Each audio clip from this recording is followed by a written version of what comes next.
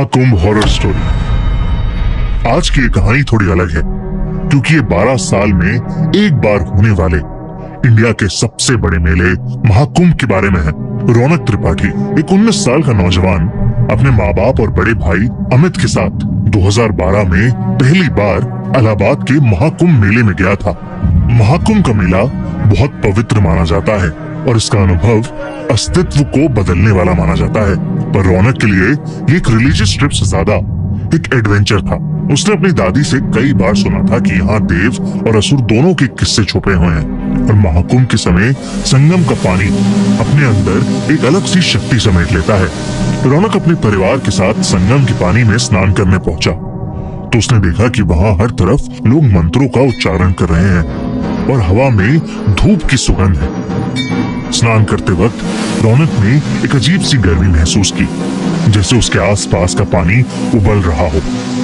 उसने बात अपने भाई अमित को बताई, लेकिन अमित ने हंस के बोला, ये तेरी इमेजिनेशन है रौनक। संगम का पानी पवित्र होता है। लेकिन रौनक का मन बेचैन होने लगा था। शाम के वक्त पूरे परिवार ने मेले में घूमने का प्लान बनाया। हर तरफ साधु और संतों की भीड़ थी। महाकुंभ के पूरे मेले में बड़े बड़े स्टॉल्स लगे हुए थे। तभी रौनक की नजर एक अलग से दिखने वाले साधु पर पड़ी, जो एक कोने में बैठा था। उसका चेहरा आसमान की तरफ था, आंखें सफेद जैसे दूध की हों और उसके होठ कुछ अनजान शब्दों का जाप कर रहे थे। रौनक एकदम से उसकी तरफ खिंचा चला गया। रौनक ने अमित से कहा, अमित चलो देखते हैं ये बाबा क्या कर रहा है। वो साधु अपने ध्यान में लीन था और अमित ने रौनक को बोला कि उसे तंग करके उसकी भक्ति को भंग नहीं करना चाहिए। लेकिन रौनक ने अमित की नहीं सुनी और वो बाबा की तरफ चलने लगा। बाबा के पास पहुंचते ही उसने देखा कि वो बाबा अब भी अपने ध्यान में ही लीन थे। उसने उन्हें 2-3 बार आवाज लगाई, पर उन्होंने कोई भी जवाब नहीं दिया। फिर मजाक के तौर पर रौनक ने पास से एक लकड़ी उठाई और बाबा को उस डंडी के तीखे कोने से छुआ। बाबा की आंखें एकदम से खुली और रौनक की ओर गईं। रौनक को लगा कि बाबा शायद उससे गुस्सा हो गए हैं, पर उन्होंने मुस्कुराते हुए रौनक को देखा और कहा, आ गया तू, तेरा ही इंतजार था। रौनक एकदम से थोड़ा घबरा गया। आप मुझे जानते हो बाबा? इस बात का कोई जवाब बाबा ने नहीं दिया। बस उन्होंने अपने गले से एक माला निकाली और रौनक के हाथ में रख दी। बाबा ने कहा, ये ले और रात को ये माला पहनकर सो जाना, कल तुझे सारे जवाब मिलेंगे। रौनक ने बिना कुछ सोचे उस बाबा से वो माला ले ली और वापस अपने परिवार के पास आ गया। उस रात रौनक ने माला पहनकर सोना शुरू किया। जैसे ही उसने अपनी आंखें बंद की, उसके सपने एकदम अजीब और खौफनाक हो गए। उसने देखा कि वो एक अंधेरे जंगल में खड़ा है। उसके आसपास बड़े बड़े पेड़ हैं जिनमें आग लगी हुई है और उस आग से पूरा आसमान लाल हो गया है। तभी उस जंगल में एक गहरी आवाज गूंजने लगी, जैसे कोई उसका नाम पुकार रहा हो। वो आवाज धीरे धीरे उसके करीब आई और एक काले साए के रूप में उसके सामने आकर खड़ी हो गई। उस साए की भी आंखें लाल थी और उसने अपनी पतली उंगली से रौनक की तरफ इशारा किया। वो मुझे लेने आया था, अब तेरे साथ चलने का समय आ गया। उस साए ने रौनक से ये कहा और एकदम से वो साया जैसे उसके अंदर ही समा गया। रौनक चिल्लाते हुए नींद से उठा। उसकी शर्ट पसीने से भीग चुकी थी। उसने माला को देखा जो एकदम से बहुत ज्यादा खौलती हुई गर्म हो गई थी। रौनक ने तुरंत उस माला को निकालकर जमीन पर फेंक दिया और फिर से चादर तानकर सो गया। अगले कुछ दिनों में त्रिपाठी परिवार के साथ अजीब अजीब घटनाएं होने लगी, जिससे रौनक के पापा की कपड़ों की दुकान में शॉर्ट सर्किट होने की वजह से आग लग गई। उसके भाई अमित को जॉब से निकाल दिया गया और उसकी माँ की तबीयत अचानक ही बेहद खराब रहने लगी। इसी बीच रौनक एक दिन अपनी अलमारी साफ कर रहा था और सफाई करते वक्त उसके होश ही उड़ गए। अलमारी के अंदर से उसे वही माला मिली जो रौनक ने कुछ दिन पहले ही फेंकी थी।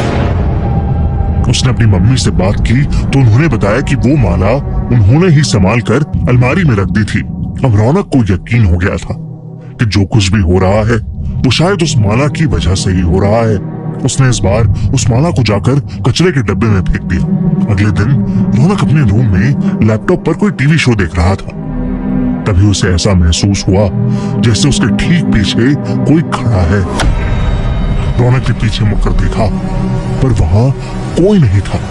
लेकिन जैसे ही रौनक ने वापस मुड़कर देखा, उसके कमरे के एक कोने में वही लाल आंखों वाला काला साया खड़ा था जो रौनक के सपने में आया था। उसे देखकर रौनक इतना डर गया था कि उसकी आवाज ही नहीं निकल रही थी। वो काला साया धीरे धीरे रौनक के करीब आया और बोला, संगम वापस आ जा। रौनक चिल्लाते हुए अपने भाई के रूम में भागा और घबराते हुए अमित से बोला, अमित वो साया वापस आ गया है और वो मुझे संगम बुला रहा है। अमित को रौनक की बात समझ नहीं आई।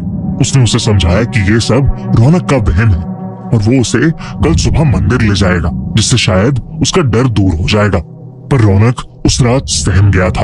अगले दिन सुबह वो बिना किसी को बताए बस में बैठकर इलाहाबाद के लिए निकल गया। बस रात को चाय पीने के लिए रुकी।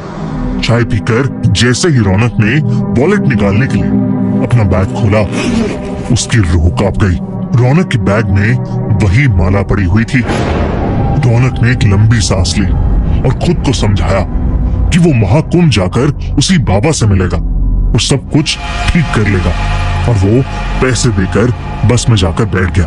पूरे सफर में रौनक को महसूस होता रहा कि वो काला साया कहीं ना कहीं उसी के साथ है, बिल्कुल उसके करीब। अगली सुबह महाकुंभ पहुंचकर रौनक सीधा भागकर उस मेले में उस बाबा को ढूंढने लगा। और जैसे ही वो बाबा उसे दिखे, वो उनके चरणों में जा गिरा और फूट फूट कर रोने लगा। उस बाबा ने गुस्से में उससे कहा, मूर्ख, अब क्यों आया है मेरे पास? तूने एक साधु की आराधना भंग की थी, अब तू उसका दंड भुगत। रौनक के आंसू रुक ही नहीं रहे थे और वो अपनी गलती समझ गया था। उसने उस साधु से रो रो कर माफी मांगी। कुछ समय बाद उस साधु को रौनक पर दया आ गई और उसने रौनक से माला वापस लेकर अपने गले में डाल ली। अचानक ही रौनक को माला के जाने के बाद बहुत हल्का सा महसूस होने लगा।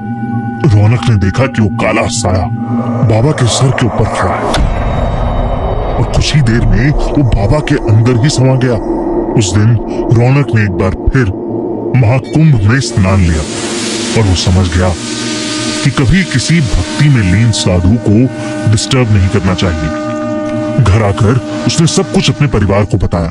धीरे धीरे उसके परिवार पर आई प्रॉब्लम्स भी दूर होती चली गई। रौनक और उसकी फैमिली इस साल प्रयागराज में हो रहे महाकुंभ में फिर से जा रही है।